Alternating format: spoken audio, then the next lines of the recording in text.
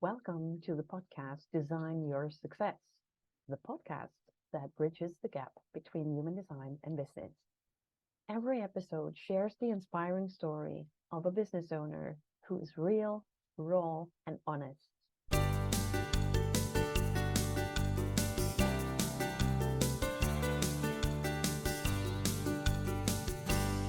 Hey, you guys, welcome to another episode of the Design Your Success podcast.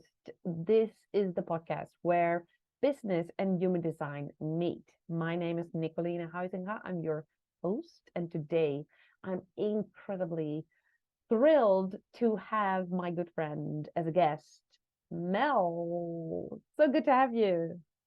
It is fabulous to be here. Thank you so much for having me. Excellent. I really am really excited. So please introduce yourself to our listeners. I'm a girl from the Bronx, as we call it, which means that I'm of a certain age, a New York City girl. And right now, I'm a business attraction, collaborations, and an event success coach. And I love helping founders and leaders kind of become more aware that if we don't investigate and learn how to function well in environments where there may not be a lot of trust, that it'll add to the incline in our entrepreneurial journeys. That trust part, I would say, is becoming a passion. Before I did it, I helped people really around events or presentations or speakers or authors and organizations, but that how do you create a conversation with somebody that hopefully creates a trust opportunity so they remember your phone number or they respond to an invitation or attend your webinar or introduce you or just keep the coffee date that you hope to have. So that really is it. It's really about creating conversations and igniting trust opportunities. That's what I'm doing today. I know that you and you are so amazing at doing this because you always have this. You introduce people to one another, you connect people to one another. It's really, I really love what you do, and I'm absolutely thrilled that you're here today. I am too. Thank you so much. Yeah. So let's talk about your business first a bit. Like, how did you get started? How did you get started to be an entrepreneur? So entrepreneurship chose me. That's the original answer. I wanted to be an actress as a young kid, and mom wanted a businesswoman. So mom sent me to school for business, and I ignored it. I worked in a bunch of professional industries in schools and the garment center, and the garment center, the business fell out. And what happened when it fell out was I ended up in promotional products working for someone who I wish I knew his human design. It was not the easiest or most satisfying place. And after 10 years of being there, my friend said, "You've been playing at this. You need to get away from this environment where this person doesn't really support you. And we're going to give you business." So two friends decided to give me $6,000 in orders in a week. They were about to retire. And I Wow. was like, oh my goodness, what do I do now? And that is why I say entrepreneurship. And two good friends called the Cathys, and both were teachers. One was a teacher, one was an educator. The Cathys chose me to become an entrepreneur, is probably the best way to say it. Oh, wow. Oh, wow. But you made some major changes over the years, right? In your entrepreneurship. Can you tell us a bit more about that? Yep, I really am acknowledging, and especially a good reminder this week. It's Mental Health Awareness Month. When I first started that first business, I was in a really dark place working for someone who wasn't very positive. And they helped me use my skills, communication skills, to answer phone calls and study and research, but they weren't a teacher. And I'm a teacher's kid. And that really was the thing. How can I learn about the industry from somebody who doesn't want to share knowledge?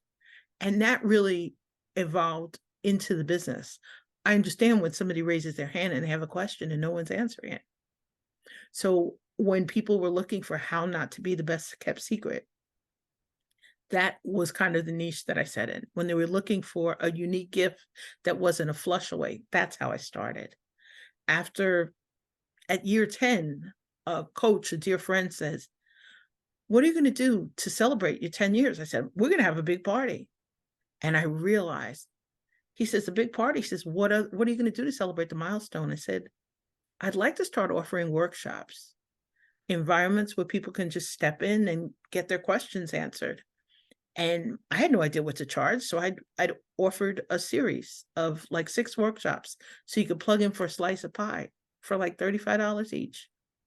And people who joined me for all 6, they got like a $30 discount, and Mm. they left. But that was the beginning of helping others learn to earn, helping others find answers to solutions. I now know when, you know, the first business was promotional products and incentives, second business, training and coaching and speaking. But now I'm about to notch it up thanks to Nicoline, and step out on umbrella to kind of keep building a larger remote team and find ways to ignite the trust and create more opportunities for others. Excellent. I love that. And you are a manifestor, right? In human design. Yes, and Yeah.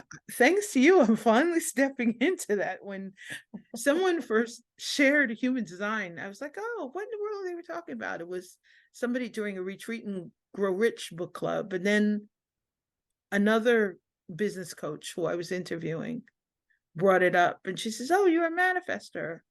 And she was so excited. It was kind of like the waterfall, and I couldn't absorb any of what she was saying. Yeah. It's a lot.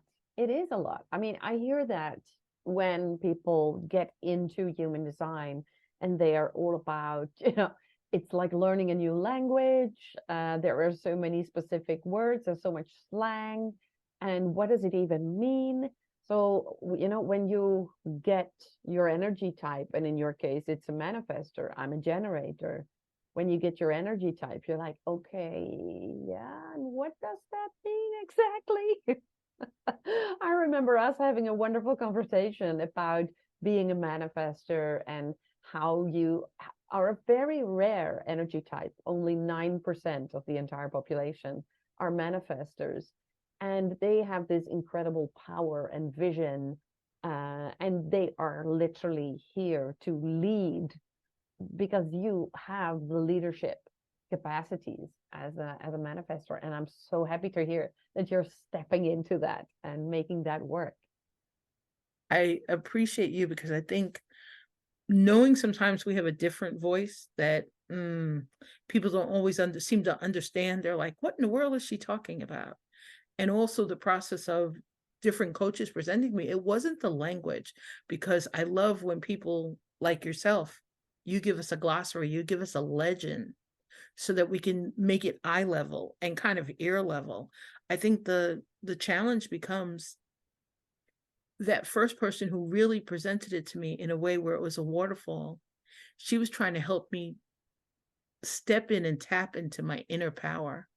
And I wasn't alert and attuned and aligned with that voice. I knew that girl who dreamed in full color was there, but I was still taking black and white steps every day. Yeah. And that, I think, was the difference. When you're ready to receive, and I'm not the biggest law of attraction girl, but when you're ready to open yourself up to the possibility, Mm-hmm. the universe is like, "Whoa, she needs that information. She needs that answer," or he needs that answer, or they need that answer, because you're trying to do something to make the world a brighter place to live. And I believe when that part of me shifted, when I realized it wasn't just a local business, a presenter at a conference said you could be a local business, a lifestyle business, or a global business.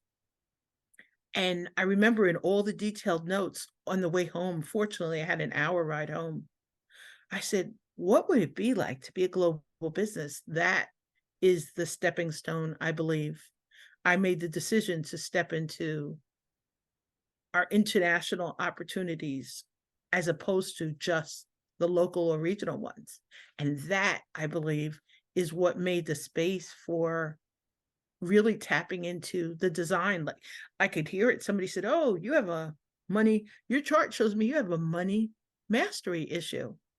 And I had just decided I was a global business. Boy, that's when I really tuned in and listened. Yeah. It's so wonderful, isn't it? When we get those nudges from the universe, like, when you said the Cathys chose you to be an entrepreneur.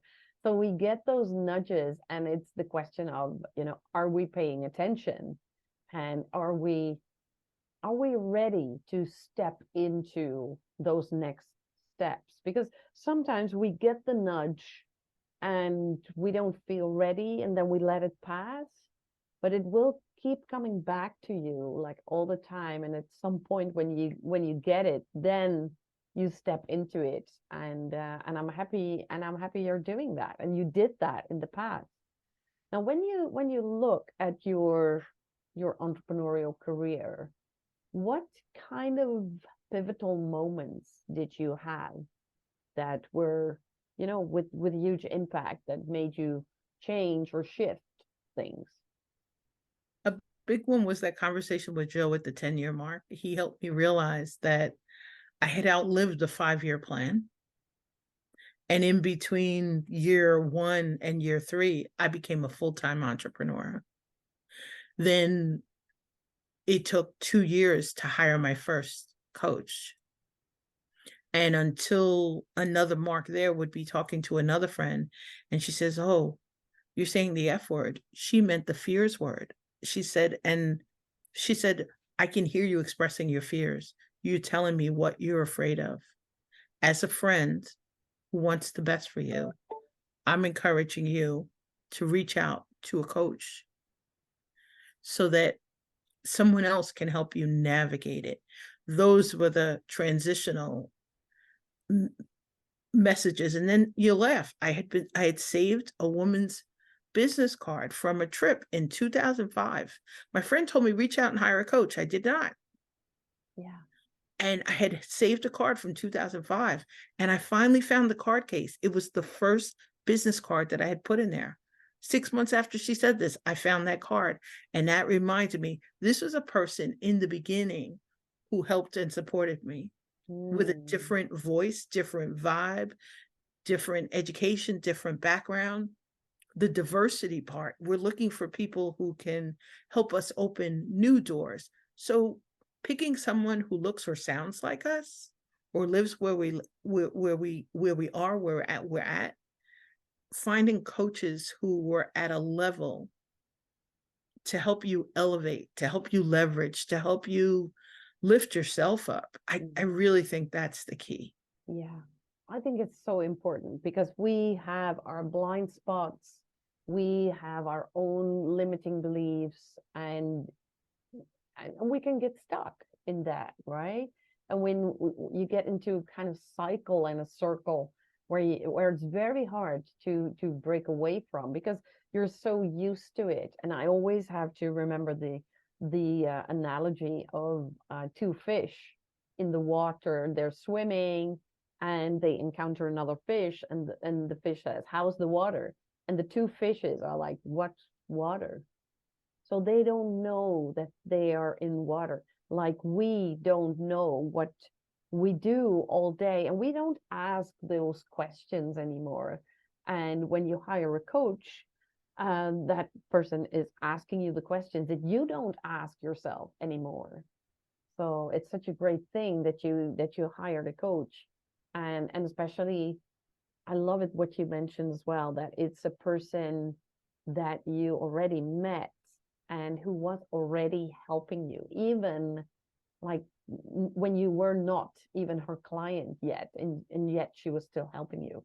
And that's what I absolutely believe in, that we give from a place of love, and it will always come back to us one way or the other. And it's not the reason why we should give out of a place of love, but it'll always come back to us, right? I think, like you said, and the big word in there is transitions. I use that language a lot now in terms of shifts or trying to climb ladders or help other people identify an incline. As an entrepreneur who basically is an introvert at her core, I think I had to learn to really listen to my own intuition, to tap into that inner voice from speaking with talented people like yourselves in human design. And you are amazing at really helping us ah, shorten the learning curve, Mm, lightening the load of lightening the lift. Is that in that process, I learned that there was something in my chart that showed where I would get stuck mm, or what stage of life I would get stuck. And I'm like, whoa, I'm paying an incredible amount of attention to it now, to yeah. human design, to, and you helped me get aware in a way that I couldn't really translate before, of Mm, transits. When stuff moves around environmentally, it affects me. yeah. And it's the reminder we're in our past, our present, and our future as entrepreneurs when we really open our arms to embrace it. Yeah. But in the beginning, you're in the present. How do I make it through today? And learning to have that wider lens. I call it a kaleidoscope. Keep changing that lens, surrounding ourselves with the different perspectives who can add some richness or just another opinion, Yeah. another viewpoint, whether we agree or not, Yeah. whether we take the advice or not, but to have the conversation or the discussion, or just listen, or just open our eyes a little bit, to pause and maybe Yeah. explore, Yeah. and with or without a guide, Yeah. in a in a safe fashion. Yeah, so true, so true. And we sometimes we need those nudges. And like you said, whether we agree or not, whether we like it or not, it's always so helpful to have these other perspectives. And um just a week ago, I coached one of my clients, and we spoke about his human design and how he was navigating it. And at some point, he was talking about the things that he encountered and that he was struggling with. And basically, what I told him, and I saw that in his human design, like, this is an element that's really important for you. And he just fell silent, and he was like, oh my God, that really is important to me. And I never realized it, but now you're voicing it out loud. Now oh my goodness. And he was like, oh my goodness, this changes everything. And for others, it may be like, yeah, duh, it's so obvious that this is important for you. And he was like, oh my goodness, this is going to change everything. And that's why we need those alien eyes. That's why I have a coach. That's why you have a coach. It's we need those alien eyes on our businesses and our personalities to highlight the things that we don't see anymore, or the things that we take for granted. I love that you're mentioning alien eyes on the Star Wars Day. May the fourth be Yeah. with you. You're reminding us to explore other galaxies with care, you know? Absolutely, That's right. absolutely. Locate our inner Jedi. Yeah, absolutely. Well, according to the Tzolk'in calendar, the Maya calendar, I'm a yellow star. And I don't know if you know the Tzolk'in. It's a Maya way of, well, like the zodiac basically, but they have their own system. And according to their system, I'm a yellow star. And I got my um, profile read to me 20 years ago. And it said that my mission was to be the light and ignite the light in others. But at the time, 20 years ago, I was like, I don't know how. Is that really for me? I don't know how. But then it's great. I love the Tolkien, but it was not concrete enough for me. But anyway, that message kept with me. And now, I mean, I have my business now for 13 years. So now I know what I'm supposed to do and how I'm supposed to do it. And I even got a tattoo with it on my arm. And this is all about, my mission. It's the reminder of my mission in life.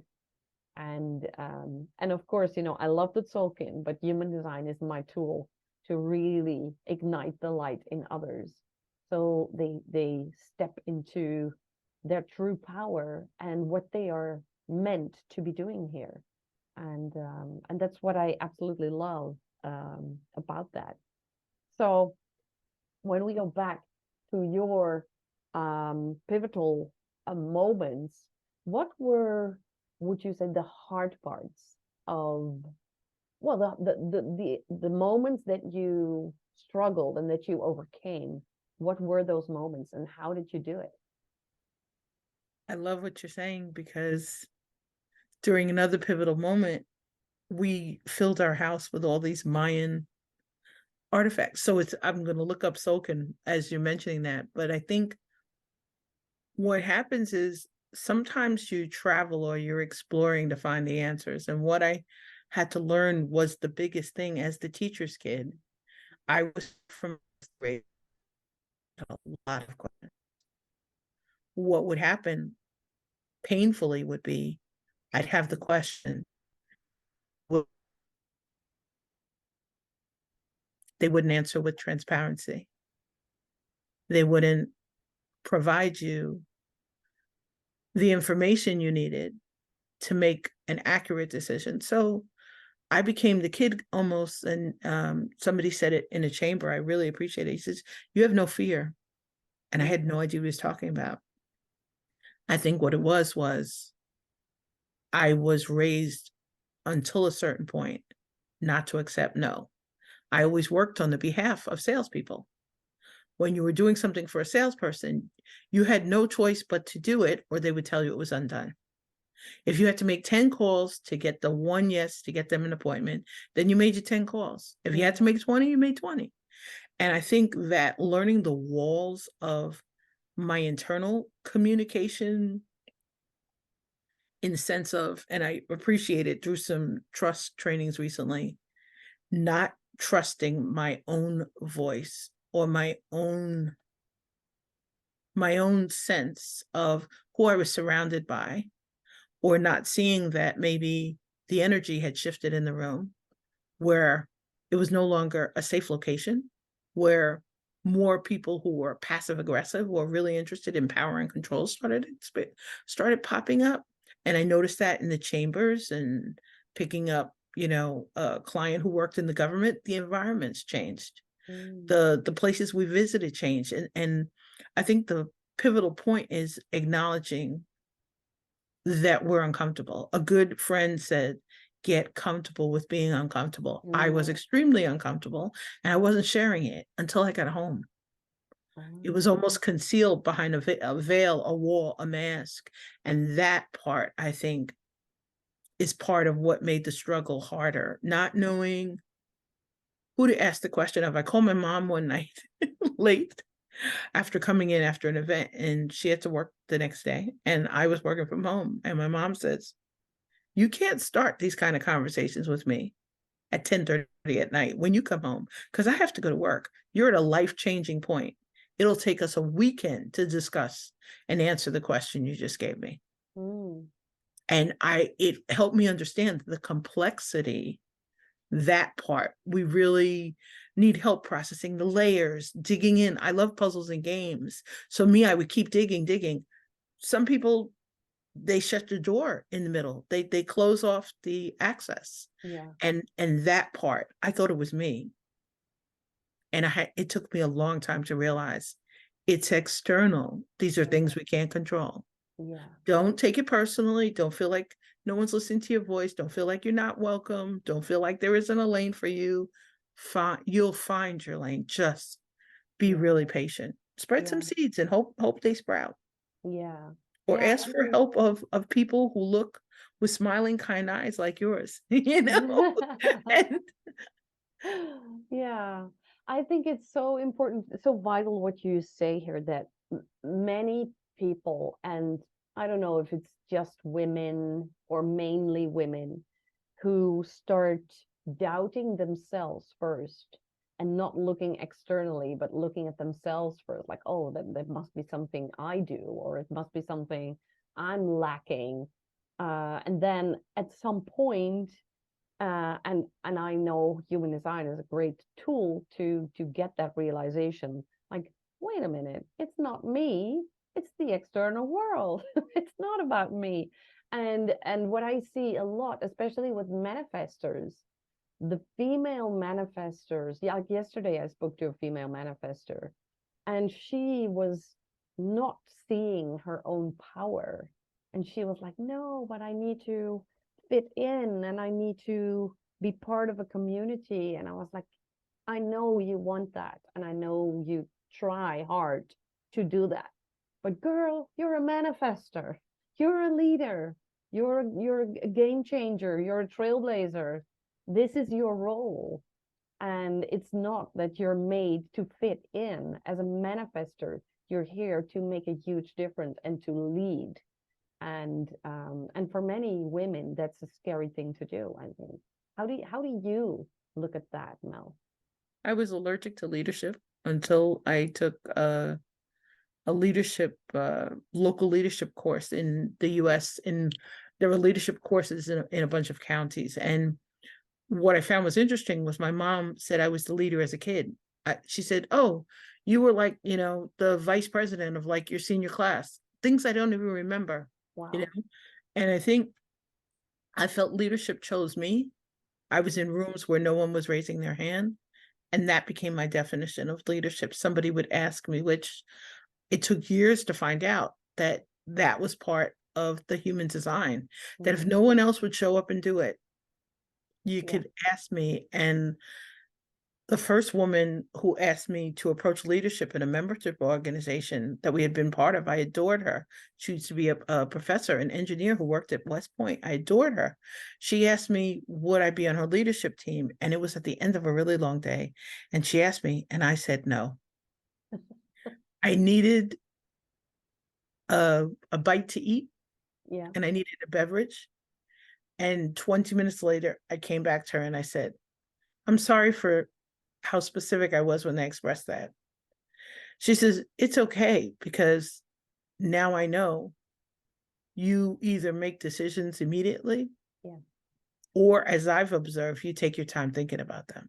Yeah. She says, I realized I asked the right person because you gave me an answer to my question. And Mm, that I thought it was interesting, after a professor who worked at the US at the military academy at West yeah. Point.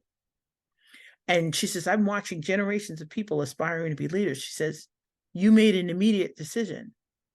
She says, that made me realize you were still going to be on top of my list.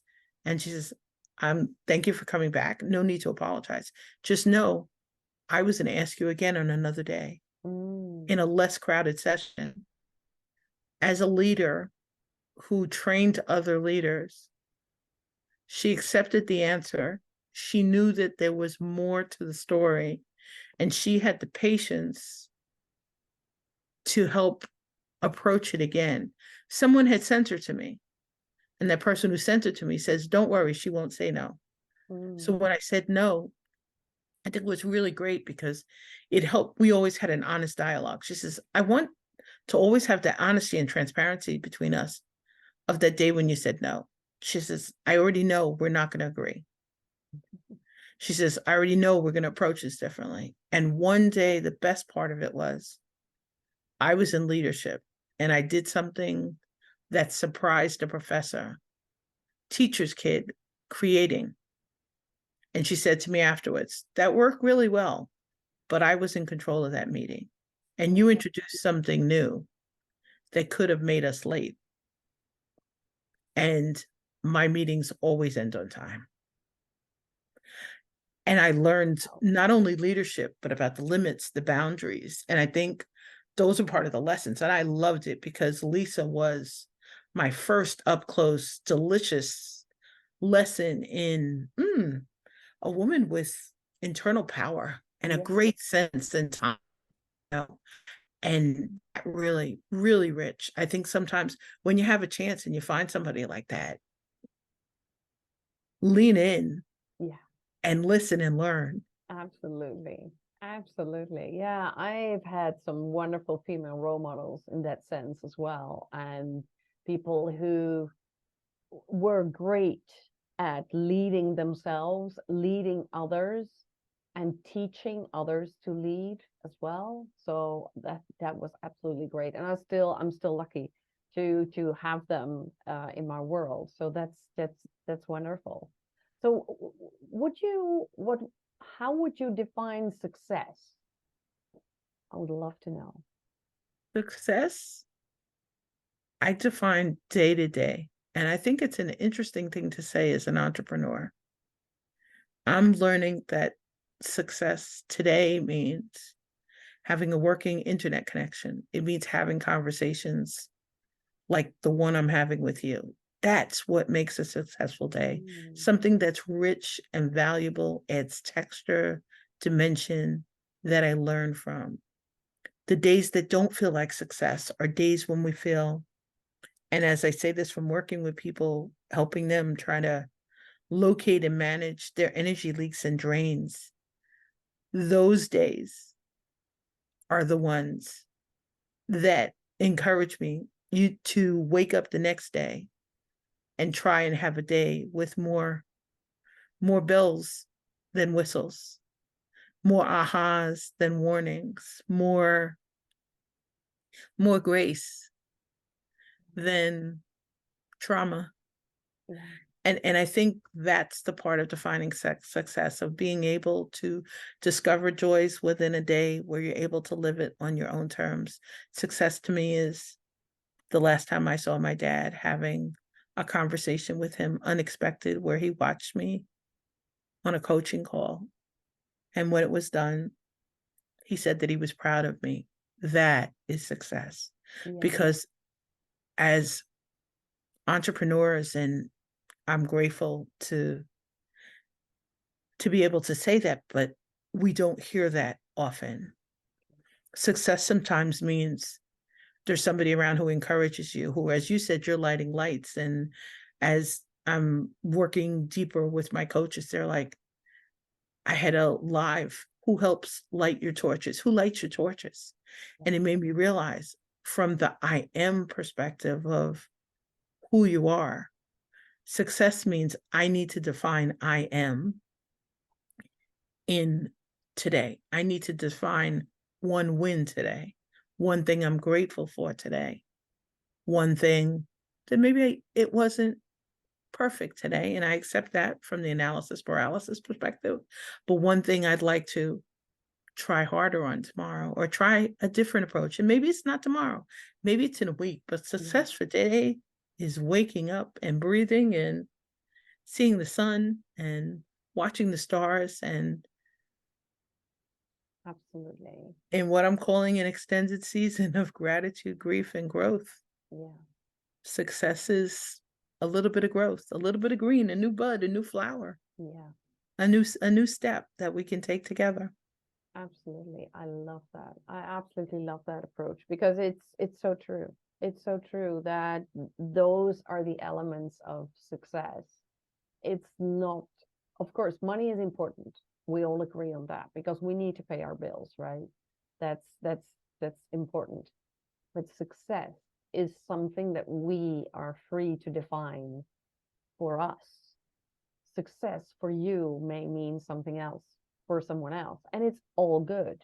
For some people, success means six figures or seven figures. That's fine.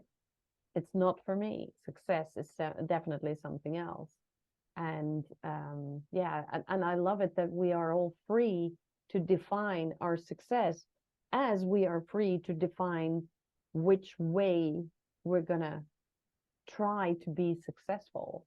And that's why I love human design so much because it gives us a guideline. It's not like a blueprint, it's more a guideline of this is how you can navigate life in the most easy and relaxed way And that's what it is. It's not like a label or a framework that fits you in, but it's like, okay, this is a guideline. Follow it if you want to. Yeah, and you're free not to follow it. But it's yeah, and that's why I love it so much. So that's great.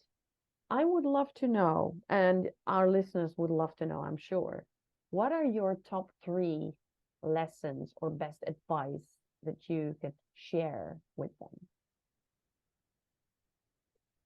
The one is to define yourself on your own terms and define yourself.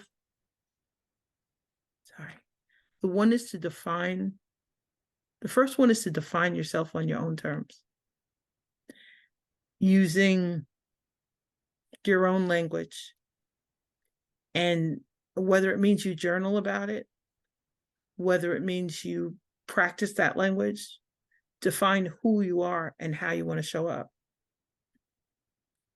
The second one would be on the days when we're not sure. Maybe those are just days to hang out at home or curl up with a book or reach out to a dear friend or a family member or curl up with your fur baby or a cup of tea or coffee.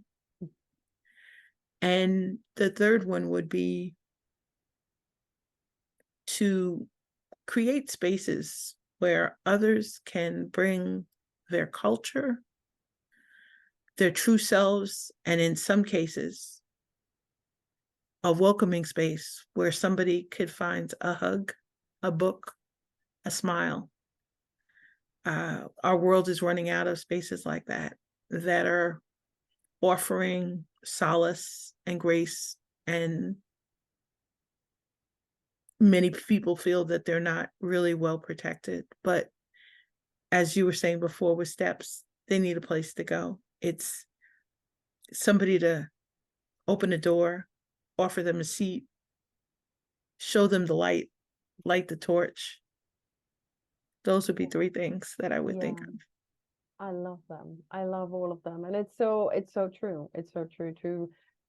And I truly believe that you and I are on the same mission here, especially when I look at the third advice, that we want to create more of those spaces where people feel seen, where people feel accepted, where they feel heard, and where they feel welcome with all of them, like every little aspect of them, the good, the bad, and the ugly, and it's all good for them to be there.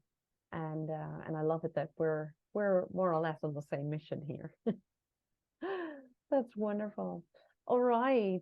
Thank you so much, Mel, for this wonderful conversation. I could talk with you for hours. You know that. And I look forward to our next conversation, and thank thank you you. for the honor of inviting me to speak with with you and your amazing audience today. Absolutely. Thank you so much, and we'll stay in touch. Thank you for listening to this episode of the Design Your Success podcast. If you would like to be a guest, make sure to go to our website, www.nicolinhuizinga.com.